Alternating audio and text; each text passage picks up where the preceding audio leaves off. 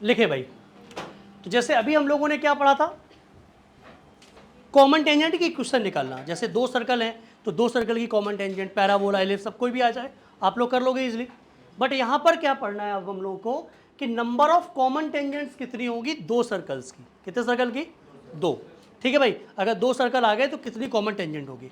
तो इसके लिए क्या होता है, हम कुछ केसेस बताएंगे। अगर वो केसेस आपने ढंग से सुनी, ठीक है, तो डेफिनेटली आप इस क्वेश्चन को कर लेंगे। और ये क्वेश्चन 100% मिलता है। निमसेट में करीब 2-3-4 बार अभी तक पूछा जा चुका है ये क्वेश्चन। क्या? दो सर्कल दे दी और उसकी कॉमन टेंजेंट्स फाइंड करनी है। तो यहाँ पे कुछ केसेस होंगे, राइट। तो पहला सिचुएशन जो होगा वो कुछ ऐसा होगा बच्चों कि मान लिया एक सर्कल है और एक सर्कल उसके अंदर है, छोटा वाला। मतलब एक सर्कल के अंदर एक सर्कल है। क्या बोलोगे इसको? इस केस का नाम क्या आएगा? One circle inside the another circle. Yes और नो बच्चों? ठीक है, यहां पे लिख लो कंडीशन। क्या लिख लो? एक कॉलम टाइप का बना लेना, इसमें लिख देना कंडीशन। पहली साइड में लिख लेना कंडीशन और दूसरी साइड लिख देना नंबर ऑफ टेंजेंट्स।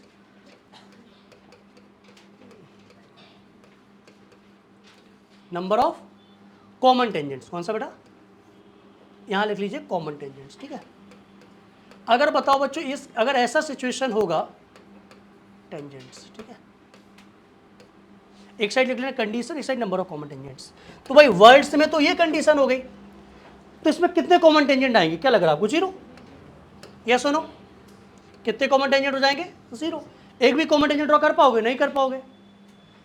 बट अगर मैं इसको मैथमेटिकली समझूं कि सर ठीक है तो वर्ड में आपने बता दिया है, डायग्राम हमें ऐसे मिलके आ जाए, दो डायग्राम बना दे तो कर लेंगे। बट अगर मुझे दो सर्कल दिए तो क्या मुझे ड्रॉ करना पड़ेगा सर? चेक करना पड़ेगा कि एक उसके अंदर है या नहीं है। कैसे होगा? तो बहुत सिंपल सी बात है, आप इन दोनों के बीच के सेंटर के बीच की डिस्टेंस निकालो। इसके सेंटर को मान लिया C1, इसके सेंटर को C2। तो अगर बच्चों C1 माइनस C2 की वैल्यू, किसकी वैल्यू बच्चों? C1 माइनस C2 की वैल्यू, मतलब दोनों सेंटर के बीच की डिस्टेंस क्या है? उनके सॉरी ये गड़बड़ कर दिया मैंने, I am sorry for that. C1 minus C2 नहीं, C1 C2 है ना। मतलब इन दोनों के बीच की डिस्टेंस क्या कहलाएगी? C1 C2 कहलाएगी ना ये डिस्टेंस। तो दोनों पॉइंट होंगे, दोनों पॉइंट के बीच की डिस्टेंस तो निकाल ही लोगे। यस और नो? तो ये जो डिस्टेंस है वो छोटी होनी चाहिए किससे? R1 माइनस R2 से। मतलब रेडियस के डिफरेंस से क्या होनी चाहिए? छोटो। तो R1 क्या कहलाएगा? किसका रेडियस बेटा? बड़े सर्कल का। R2 क्या कहलाएगा? तो आगे से ध्यान रखना, मैं C1 C2 लिखूंगा, R1 R2 तो ये लिखूंगा नहीं आगे से कि ठीक है किसका रेडियस R1 है किसका। तो बड़े सर्कल का मैंने क्या मान लिया अभी? C1, और दूसरे सर्कल का क्या मान लिया? C2। तो आपको कुछ नहीं करना, आप C1 C2 कुछ भी ले लो। आपको जब दो सर्कल आएंगे तो आप किसी एक सर्कल को रेडियस मान लेना R1 और सेंटर मान लेना C1, और दूसरे सर्कल का रेडियस मान लेना R2, सेंटर मान लेना C2। क्या पहला केस समझ में आ गया? क्या होगा? C1 C2 की बीच की दूरी, मतलब दोनों के सेंटर के बीच का distance is less than difference. अब डिफरेंस में क्या हो सकता है भाई? R1 बड़ा हो जाए, R2 बड़ा हो जाए, कोई दिक्कत नहीं, इसलिए मॉड लगा दिया मैंने। ठीक है, डिफरेंस मतलब R1 माइनस R2, तो मॉड लगा दिया। समझ गए? मतलब दोनों के रेडियस का डिफरेंस निकाल लो और C1 C2 निकाल लो। अगर ये इसके छोटा हो गया तो सर्कल अंदर है, इनसाइड द सर्कल है। या फिर कितनी कॉमन टेंजेंट है? जीरो। अब आगे की बातें हमें जैसे हम समझा रहे हैं ऐसे ही याद रखना, तो आपको कभी कंफ्यूजन नहीं होगा इन केसेस में। अब ये सर्कल ना बेटा, इसके अंदर जो बंद था ये स्वतंत्र होना चाहता है। क्या होना चाहता है? आज़ाद। तो ये कोशिश कर रहा है बाहर निकलने की। तो दूसरी बार में बेटा ये पकड़ा गया, कहाँ पे? बॉर्डर पे टच करते, मतलब बाहर निकलने की पूरी कोशिश कर रहा था, यहाँ पकड़ लिया गया। अब मुझे बच्चों ये बताओ इसको क्या बोलोगे? क्या केस बोलोगे इस केस में? वन सर्कल, आगे बोलो, टचेज, क्या बोलोगे? Another circle. यस और नो? एक सर्कल दूसरे सर्कल को क्या कर रहा है? टच कर रहा है इंटरनली। वो भी कैसे? इंटरनली लिख लो। कितनी कॉमन टेंजेंट आएंगी? क्या लग रहा है सर? एक आएगी बस, ये एक। कितनी कॉमन टेंजेंट आएगी बच्चों? सिर्फ एक। कंडीशन क्या होगी? बहुत सिंपल है। अब ये जो C1 C2 होगा, मतलब इन दोनों के सेंटर के बीच की डिस्टेंस रेडियस के डिफरेंस के क्या हो जाएगी? बराबर। पहले डिस्टेंस छोटी कम थी, अभी किसके बराबर हो जाएगी? रेडियस के डिफरेंस की, क्योंकि अभी बढ़ रहा है आगे आगे, ये धीमे धीमे आगे बढ़ रहा है, ठीक है। तो रेडियस का जो डिफरेंस है वो अब इसके बराबर हो जाएगा। कंडीशन क्लियर हो गई दोनों? यस और नो रिप्लाई करें फटाक से। और यहाँ पे नंबर ऑफ कॉमन टेंजेंट कितना होगा? 1 होगा। क्लियर है? रिप्लाई करें बच्चा लोग। आ रही बातें समझ में सभी को? चलो आगे बढ़ा जाए। देखें, मैंने यहां पे कंडीशन लिखा था बच्चों, और यहां पे क्या लिखा था इस side? Number of common tangents. देखें, अभी भी वो आजाद होना चाहता है, कौन? सर्कल। तो ये बेटा आजाद होने के लिए ये जो सर्कल था अब ऐसा पकड़ा गया, समझ रहे होगे? धीमे धीमे बाहर निकल रहा है भाई साहब, पहले अंदर था, बॉर्डर पे टच करते हुए पकड़ा गया, अब ऐसा पकड़ लिया गया। तो अब बच्चों अगर मैं पूछूं यहां पे तो क्या बोलोगे कंडीशन में, और क्या बोलोगे? One circle कटेड intersect another eight कितने? 2 रियल पॉइंट्स। 2 पॉइंट्स नहीं बेटा, 2 पॉइंट्स में आपने आधी बात करी, 2 पॉइंट्स रियल भी हो सकते हैं और 2 रियल पॉइंट्स, 2 रियल पॉइंट्स पर ये क्या कर रहे होंगे बेटा? 2 रियल एंड डिस्टिंक्ट। चलो क्या बात है, ले बेटा भाई, पूरी ही बात लिख लो, कोई दिक्कत थोड़ी है। तो अब आपको समझ में आ गया कि क्या होगा। अब जो C1 C2 की वैल्यू थी वो बच्चों क्या हो गई? बड़ी हो गई। किससे? के डिफरेंस से। साथ ही साथ ये छोटी भी हो गई। किससे? R1 प्लस R2 से। अब यहां पे मॉड क्यों नहीं लगाया? क्योंकि ऐड करना है भाई। 2 और 3 को ऐड कर दो, क्या आएगा? 5। बट 2 और 3 को डिफरेंस करोगे तो कोई -1 ना ले ले, इसलिए मॉड लगा दिया। Got it? क्लियर हो गई बात? यहां पर कितने कॉमन टेंजेंट होंगे सर? अगर काउंटिंग के हिसाब से चले तो 2 दिख रहे हैं, तो हाँ बेटा 2 ही होंगे। 1 ये तो नहीं बन पाएगा, रुक जाओ, समझ गए होगे? आने वाला है श्लोक तो निकाल ही लिया हम लोगों ने। नज़दीकी मामला है, बिल्कुल थर्ड एम्पायर की तरफ जाया जाएगा, एकदम नज़दीकी मामला है। एक बार फिर से, और आउट। चलिए, कितनी बेटा यहाँ पे? 2 कॉमन टेंजेंट्स कितनी हो गई? 2। ये केस नंबर कौन सा हो गया? थर्ड ना। अब चौथा केस बच्चों, अब ये अपने मकसद में थोड़ा बहुत कामयाब हो गया। कौन? छोटा सर्कल। बट ये पकड़ा गया कहाँ पे? एकदम बॉर्डर पे। तो इस सिचुएशन में क्या होगा आप सोच के देखें। इस सिचुएशन में क्या बोलोगे बेटा? सर्कल टचेज ईच अदर कैसे? एक्सटर्नली। यहां पे एक्सटर्नली करेंगे भाई, ये वाला केस नोट कर लिया ना ढंग से। अब ये क्या करेंगे? एक्सटर्नली करेंगे, राइट? अब इस वाली कंडीशन को भूल जाइए आप, अब बातें आगे बढ़ चुकी है, ठीक है? अब डिफरेंस से ऊपर जा चुकी हैं बातें। तो C1 C2 की वैल्यू क्या हो जाएगी? R1 प्लस, ये तो आपको डायरेक्ट समझ में भी आ रहा होगा सर, भाई ये सर R1 है और ये वाला R2 है, तो दोनों को अगर सम कर देंगे तो C1 C2 बराबर नहीं हो जाएगा? नंबर ऑफ कॉमन टेंजेंट कितनी लग रही है आप लोगों को? सर कंफर्म है 3 होगी, क्योंकि संख्या बढ़ती जा रही है। सुनो, अच्छा भाई, कौन कौन सी 3 होंगी? देखो देखो भाई, मिल गई पहली, मिल गई दूसरी, तीसरी।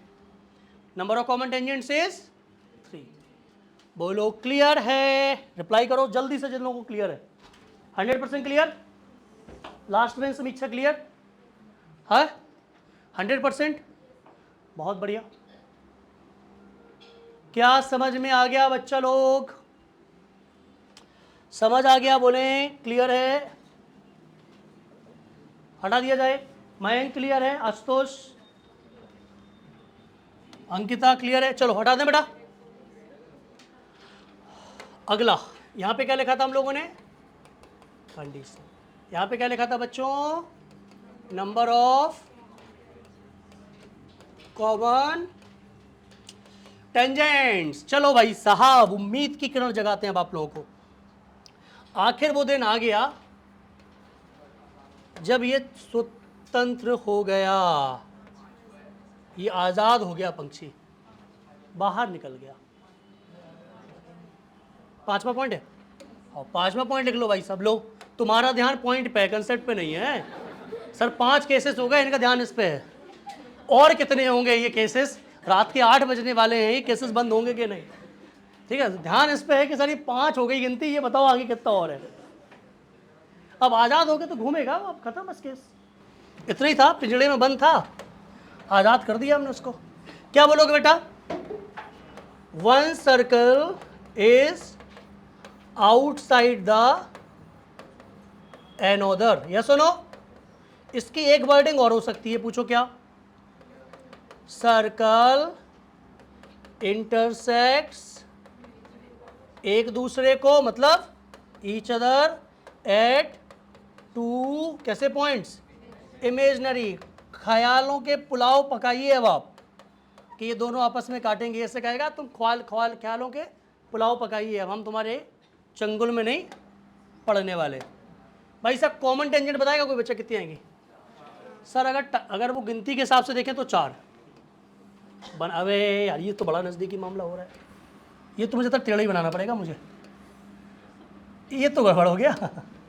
स्लोप ऐसी लेनी पड़ेगी, समझ तो जाओगे ही, समझा रहे हैं तो। मुझे तो ऐसा लेना पड़ेगा, थोड़ा स्लोप है ना, या हो गया।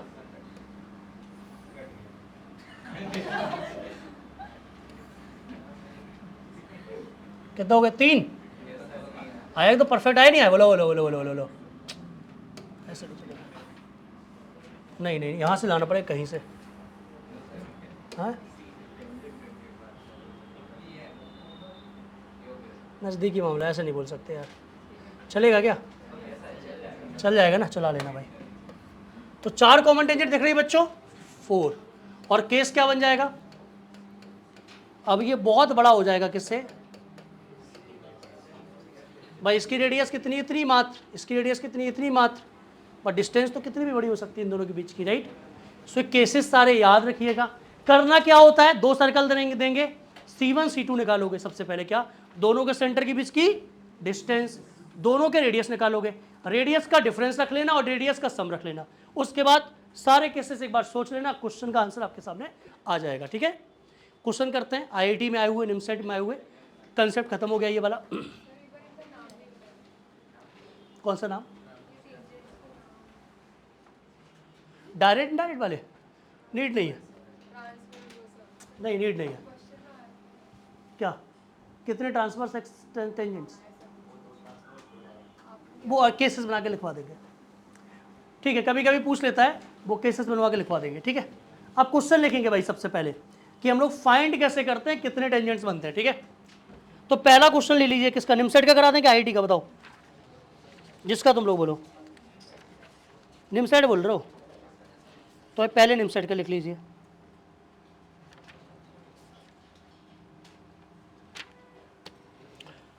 लिखिए भाई निमसेट का पहला क्वेश्चन,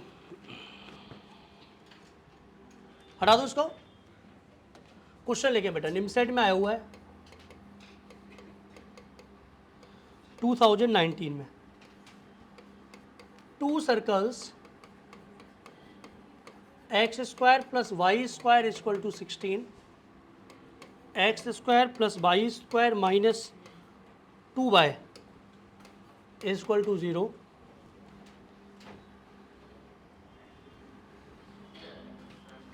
फॉर 2 सर्कल्स। देखो, फॉर 2 सर्कल्स देयर इज और आर। ऑप्शन ए दिया गया है, 2019 में आया हुआ है। 1 pair of tangents, 1 pair of common tangents,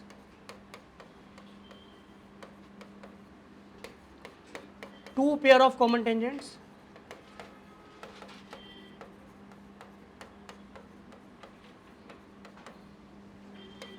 3 pair of common tangents,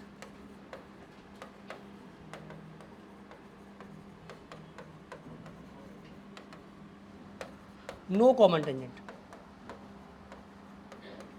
एक चीज बताइए बच्चों, ऐसा कौन सा ऑप्शन होगा जिसे हम तत्काल प्रभाव में कट कर दें?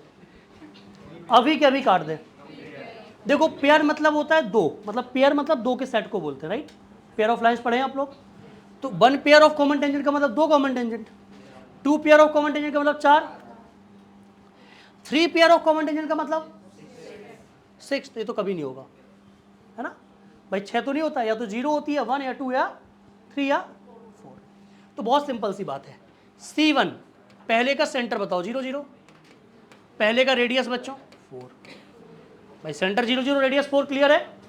दूसरे का सेंटर बताओ बच्चों, जीरो कॉमा वन हो जाएगा, नहीं हो जाएगा इससे, और रेडियस पूछे तो बच्चों वन, रेडियस वन हो जाएगी, R2 इज वन, क्लियर बात। C1 C2 क्या हो जाएगा वन, भाई दोनों के बीच की डिस्टेंस क्या हो जाएगी, under root x2 minus x1 का स्क्वायर प्लस y2 माइनस, हो जाएगी नहीं हो जाएगी। और बच्चों डिफरेंस क्या हो जाएगा, R1 माइनस R2 3, अगर डिफरेंस का मॉड देखें तो 3 है कि नहीं है। तो अब बताइए कभी भी इस पहला केस क्या था, सबसे पहला केस क्या होता है, ये छोटा होता है इससे, तो पहले केस मिल गया नहीं मिल गया, पहला केस क्या मिल गया, C1 C2 लेस देन, तो मतलब क्या हो जाएगा, एक सर्कल के अंदर सर्कल है, मतलब नो कॉमन टेंजेंट। समझ गए, क्लियर हुआ, क्लियर है बच्चों। Option D will be the right answer.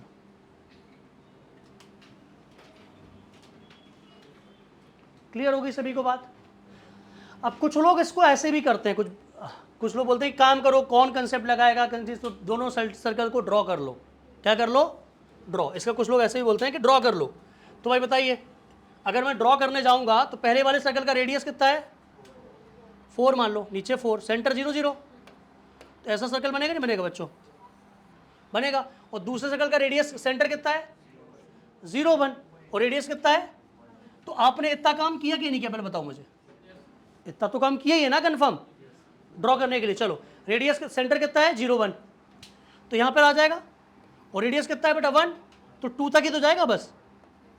भाई ये मानो अगर फोर है, वन टू थ्री और ये फोर है अगर, तो ये सेंटर बन जाएगा और ये ऐसा सर्कल होगा, ऐसा सर्कल होगा नहीं होगा बताओ, तो क्या होगा, अंदर नहीं हो गया, एक सर्कल बाहर एक सर्कल अंदर, तो नो कॉमन टेंजेंट। बस बताओ ये बात सही है या नहीं है, गलत है, इसको तो बना लिया आपने, है ना। आगे सर्कल कैसे बना पाओगे, कैसे पता कर पाओगे इंटरसेक्ट हो रहे हैं कि नहीं हो रहे हैं, हर सर्कल को ड्रॉ कर पाओगे क्या, उसकी रेडियस कितनी है, रेडियस बना पाओगे, ठीक है। तो जब आपको इतना काम करना ही है तो इसमें कितना जन्म लग रहे हैं, ठीक है। हाँ इसके लिए कंसेप्ट पता होना चाहिए भाई तब, हाँ ये कंसेप्ट नहीं पता तो ऐसे करके देख सकते हो, क्लियर हुई बात। बट ऐसा कभी कभी ही होता है कि आपको ऐसा मिल जाए आसान सा सर्कल, क्लियर हो गई बात। अगला क्वेश्चन लिखेंगे जो IIT में आया होगा, लिखो। सबको समझ में आया अच्छे से कि नहीं, जल्दी बताओ भाई, रिप्लाई करें सभी लोग।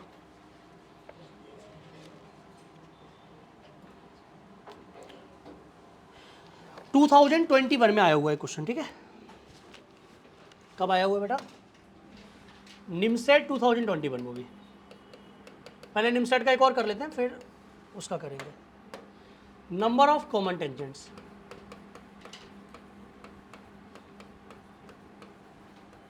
लिखें x square plus y square equal to 4, x square plus y square minus 6x minus 8y equal to 24। Option is 0। मुझे लग रहा है ऐसा क्वेश्चन हम लोग किए थे क्या, अभी यही क्वेश्चन कर लिए थे क्या, जिसका कॉमन टेंजेंट की क्वेश्चन निकाली थी हम लोगों ने, याद है ना। हाँ नहीं प्लस नहीं था इधर, माइन अच्छा इधर प्लस था क्या उसमें, व्हाटएवर, ठीक है। तो अपना तो टास्क बहुत सिंपल है, हमें नंबर ऑफ कॉमन टेंजेंट निकालना है बच्चों। तो सबसे पहले पहला सर्कल का सेंटर बताएंगे, जरा जीरो जीरो साफ साफ नजर आ रहा है, और रेडियस का नजर आ रही है बच्चों 2। सेंटर ओरिजिन है इसका, जीरो जीरो दिख रहा है क्योंकि स्टैंडर्ड इक्वेशन होता है x माइनस एच का square plus y minus k का square equal to r square. So radius is 2 का square to center is zero zero, right. दूसरे का सेंटर डायरेक्ट समझ में आ रहा है बच्चों, 3,4, और रेडियस की अगर मैं बच्चों बात करूं तो 3 का स्क्वायर 9, 4 का स्क्वायर 16, 25 हो जाएगा, और यहाँ से माइनस 24 करोगे तो 49 7 आ जाएगा।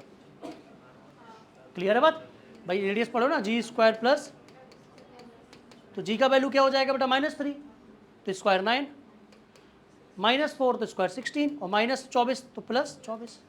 तो √49 यानी क्या आ जाएगा 7। तो R कितना आ गया, R2 कितना आ गया 7। क्लियर है बात। आप क्या करिए C1 C2 निकालो सबसे पहले, इन दोनों के बीच की डिस्टेंस। तो सीधा हमको आ रहा है √9 + 16 यानी कि 5।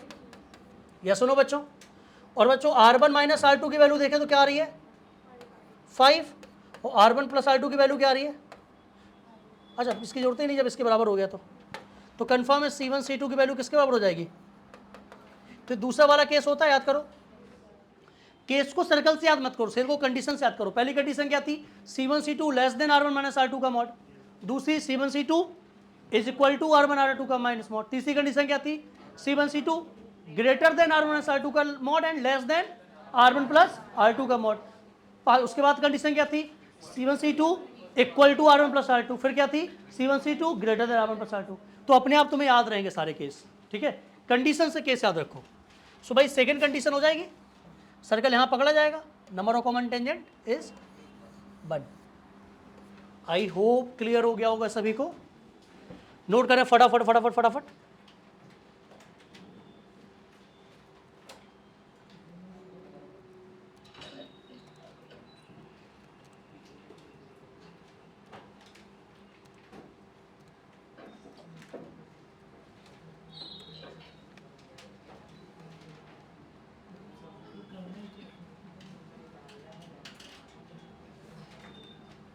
अगला क्वेश्चन लिखिए, number of common tangent to the circle, number of common tangent to the circle. Circle लिखिए बच्चों, x² + y², IIT में आए हुए प्रॉब्लम है, -4x - 6y - 12, -4x - 6y - 12 = 0, -4 and x² + y²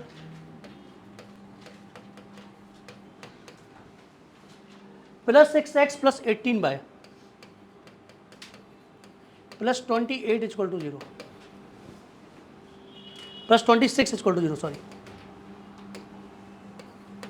options दिए गए हैं आपके पास 0 1 2 3, 0 1 2 3, सॉरी 1 2 3 4। क्या ऑप्शंस हैं, 1 2 3 4। IIT में क्वेश्चन पूछा गया, देखें एक बार, हमारी बात को समझें सभी लोग गौर से। अभी तो नंबर ऑफ कॉमन टेंजेंट पूछा गया है, कभी कभी क्वेश्चन का लैंग्वेज भी बदल सकता है, ठीक है। कैसे लैंग्वेज बदल सकता है, लेके आ जाएगा for the circle this and this both circle touches internally each other. इसका मतलब एक कॉमन टेंजेंट वाली बात, थ्योरी याद करो, internally both circle touches externally each other, मतलब 3 कॉमन टेंजेंट, बाहर टच कर रहा, एक इधर गया एक इधर गया एक बीच में। Both circles cuts each other at 2 imaginary points, one is outside the another.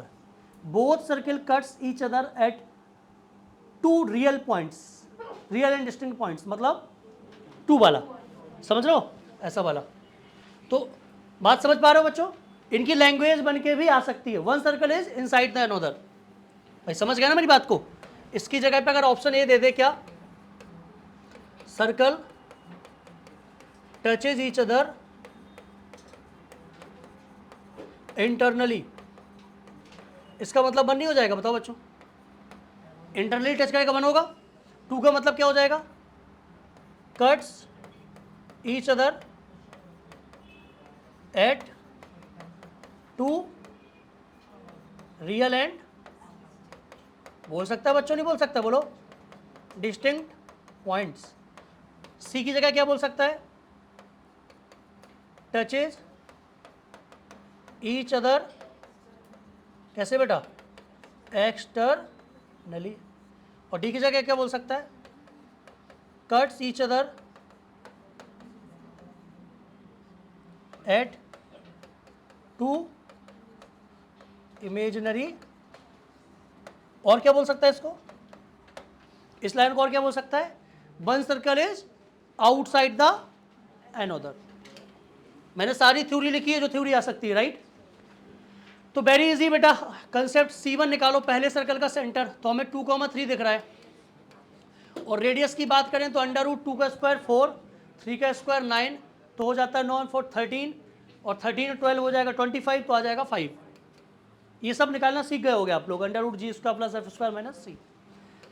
ठीक है, दूसरे सर्कल की बात करें तो रेडियस सेंटर क्या हो जाएगा, -3, -9, और क्या इसका रेडियस निकालें बच्चों, तो आप समझोगे 3 का स्क्वायर 9 प्लस 9 का स्क्वायर कितना हो जाएगा, 81, 64 आ रहा है, तो कितना आ जाएगा, R2 कितना आ गया, 8। बहुत सिंपल से स्टेप, सबसे पहले C1 C2 निकालो, कितना आ रहा है, √2 - 3 बनी 25, 12, 144, 13 आ जाएगा भाई। अच्छा, दोनों का रेडियस का डिफरेंस निकालो पहले, रेडियस का सम करो 13।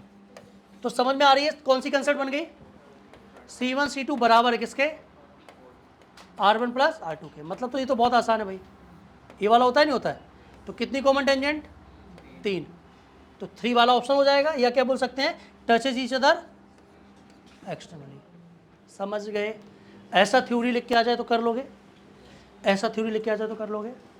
क्वेश्चन में के गायब होके आ जाए, यहाँ पे कांस्टेंट की जगह के आ जाए, और बोल दे circle touches each other internally, या circle touches each other externally, whatever, कोई भी कंसेप्ट दे दिया, number of common tangent is 3, तो क्या करोगे उस केस में, के का वैल्यू निकाल लोगे भाई, सेम काम करेंगे, बस के को रखे लाएंगे भाई, के बना रहेगा, यहाँ पे भी के बना रहेगा, रेडियस में बना रहेगा, सॉल्व होके के का वैल्यू मिल जाएगा।